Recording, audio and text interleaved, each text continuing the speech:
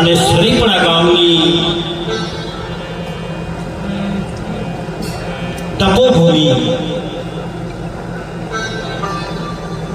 જેને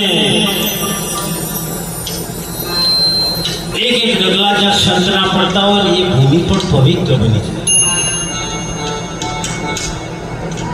અને એ ગામમાં આજે સ્વર્ગસ્થ શ્રી અશ્વિનભાઈ રાવલ આપણા બધાના વચ્ચેથી વિદાય થઈ ગયા. જીવન, જોગન, રાજ અને ધન આ ચાર વસ્તુ રહેવાની.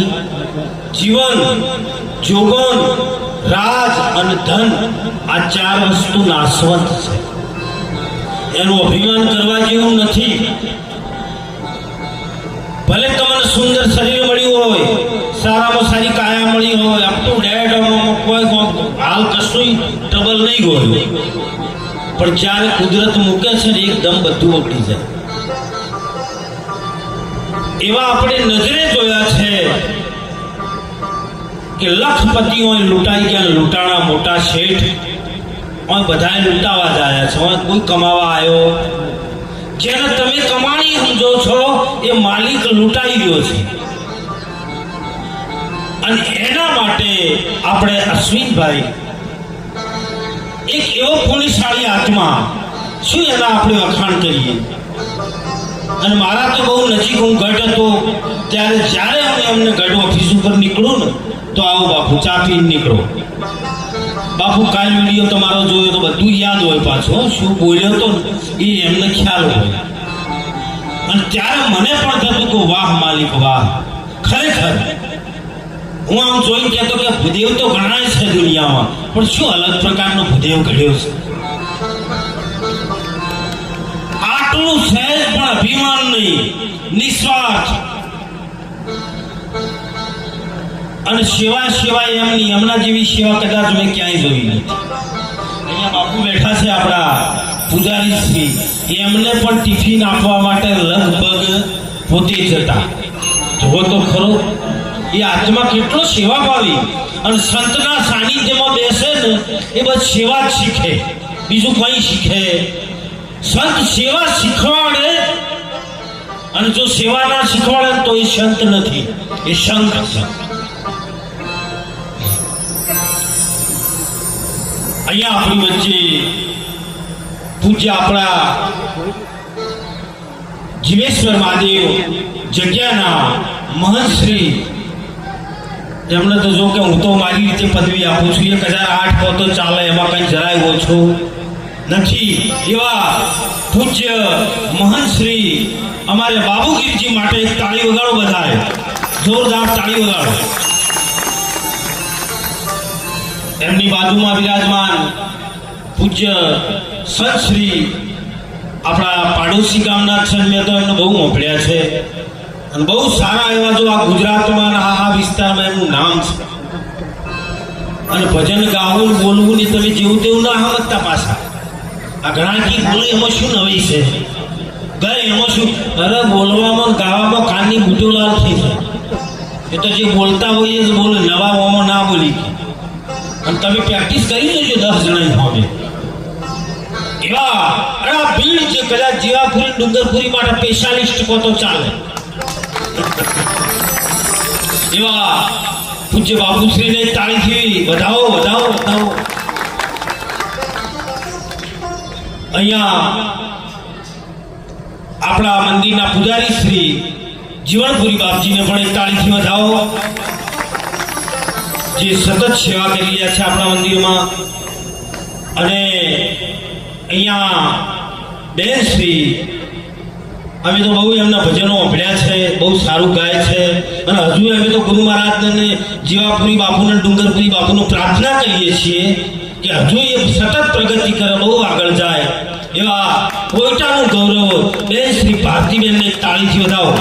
ભારતીબેન એમની સાથે પધારે એમના હસબન્ડ શ્રી, એમને પણ એક તાળીથી વધાવો. નામી નામી સંતો ભક્તો બધા, જો કે બધા નામ મને યાદ નથી, એટલે એમને પણ એક તાળીથી વધાવો. બધું ભક્ત મંડળ આવી જાય એમાં. અને એના માટે વિડીયો થોડો ઊંચા વધી તમે નવો આ બાજુ આવીને બનાવો, વ્યવસ્થિત બનાવજો. કેમ કે બાપુનું આજે વાણી મારે બાપુની જ લેવાની છે, ડુંગરપુરી બાપુની. એટલે મારો ઉદ્દેશ એ છે કે બાપુની વાણી વધારેમાં વધારે લોકો સુધી પહોંચે, એટલે થોડુંક વ્યવસ્થિત તમને દખલગીરી નહીં થાય. અને આડો મોબાઈલ રાખો એટલે સાયલન્સ. હવે ડુંગરપુરી બાપુની વાણી કદાચ તમે નહીં સાંભળ્યો, એવી વાણી બહુ જૂની, પ્રાચીન ને અર્વાચીન મારવાડી રાગમાં બહુ સરસ ડુંગરપુરી બાપુની રચના છે. મને યાદ આવી છે, 4 લીટી આપણે ગઈએ. મારવાડી એનો ઠેકો છે, એટલે મારવાડીમાં લેજો. હે હટી જાને વો નજર પાપણી, હટી જાને વો નજર પાપણી, મોહે રામ કો રટને દે. હવે જન્મ જન્મ ના પાપ ચડ્યા, અબ ધીરે ધીરે ઘટને દે.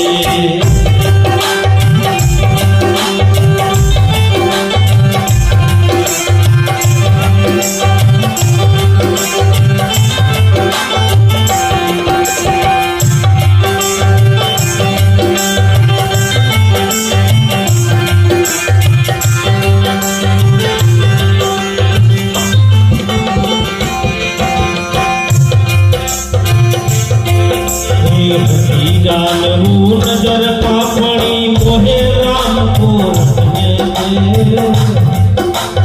જન્મ જન્મ ના પાપ ચડ્યા, અબ ધીરે ધીરે ધીરે ધીરે ઘટને દે.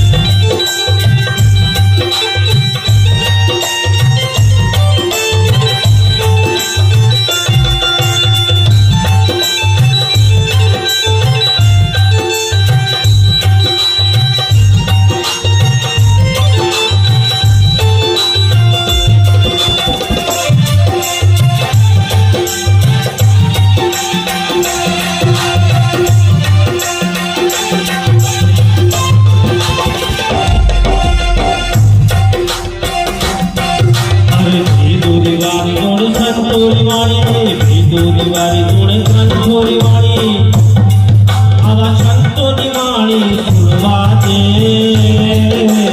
જન્મ જન્મના પાપ ચડ્યા અબ ધીરે ધીરે ટકને દે